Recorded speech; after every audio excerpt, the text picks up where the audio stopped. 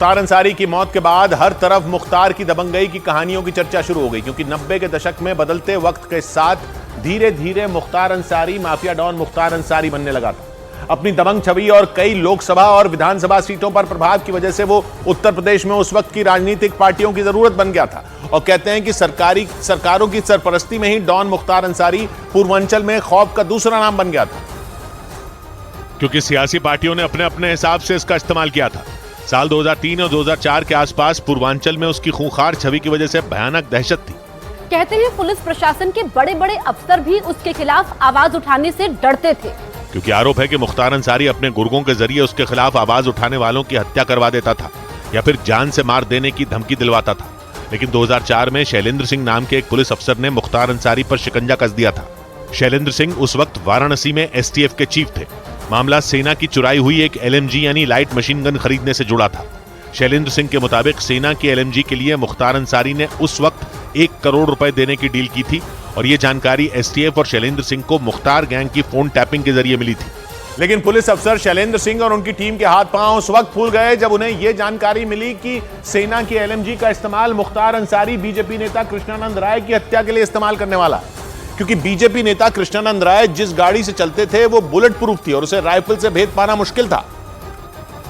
और इसीलिए मुख्तार अंसारी उस वक्त कृष्णानंद राय की हत्या के लिए सेना की एलएमजी के जुगाड़ में लग गया था।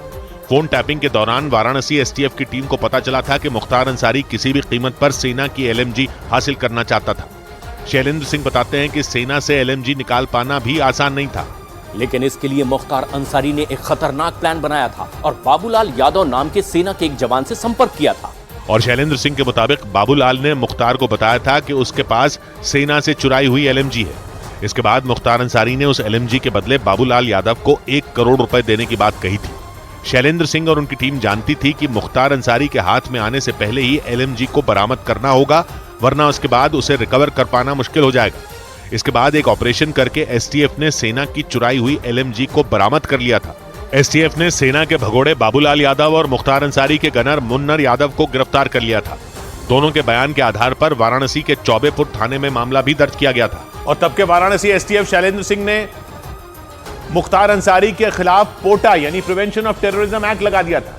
यह कानून की एक बेहद सख्त धारा थी। इसे आतंकवादी गतिविधियों में शामिल होने पर लगाया जाता था। पोटा लगने का मतलब था मुख्तार अंसारी का रसूख, दबदबा और साम्राज्य एक ही झटके में खत्म।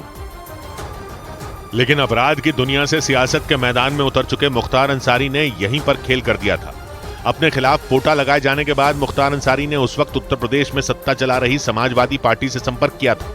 शैलेंद्र सिंह के मुताबिक उस वक्त के उत्तर प्रदेश के मुख्यमंत्री मुलायम सिंह यादव नहीं चाहते थे कि मुख्तार अंसारी पोटा के तहत जेल जाए। मतलब मुलायम सिंह यादव ने मुख्तार को बचाने की कोशिश शुरू कर दी थी। मुलायम सिंह की सरकार तत्कालीन अल्पमत की सरकार थी, किसी भी कीमत पे इसको बचाना चाहते थे। शैलेंद्र सिंह ने बताया कि मुख्तार को बचाने के लिए इस मामले में मुलायम सिंह यादव ने एक साथ दर्जनों पुलिस अफसरों के ट्रांसफर एक ही झटके में कर दिए थे। यहाँ तक कि बनारस की एसटीएफ यूनिट को भी बंद कर दिया गया था, जिसने सेना की एलएमजी बरामद की थी। लाइट मशीन गन रिकवर की आज तक उत्तर प्रदेश में केवल एक ही रिकवरी है, न उसके पहले कभी हुई, न 20 साल हो गया अब तक हुई है। शैलेंद्र सिंह के मुताबिक राज्य सरकार ने मुख्तार पर दर्ज केस वापस लेने का दबाव बनाया था।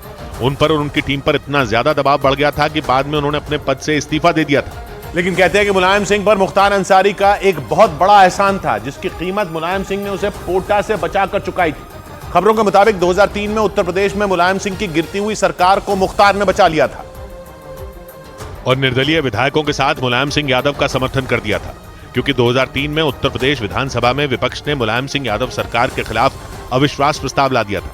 इसके बाद मुलायम सिंह यादव के सामने सरकार बचाने की चुनौती खड़ी हो गई थी। इसी दौरान मुख्तार अंसारी निर्दलीय विधायकों के साथ मुलायम सिंह सरकार के लिए संकट मोचक बनकर सामने आया था और सरकार बचा ली थी। 2002 में उसकी मऊ विधानसभा सीट पर निर्दलीय के तौर पर जीत हुई थी।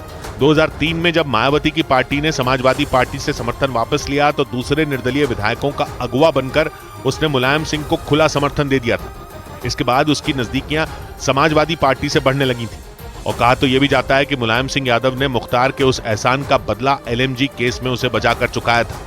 हालांकि 2007 में एक बार फिर वो मऊ से निर्दलीय विधायक चुना गया, लेकिन इसके बाद उसका परिवार सत्ता में आई बीएसपी के साथ हो लिया। मतलब ये कि माफिया डॉन मुख्तार ने अपने सियासी फायदे के लिए अलग अलग समय में अलग अलग पार्टियों को समर्थन दिया था। इस बीच आयकर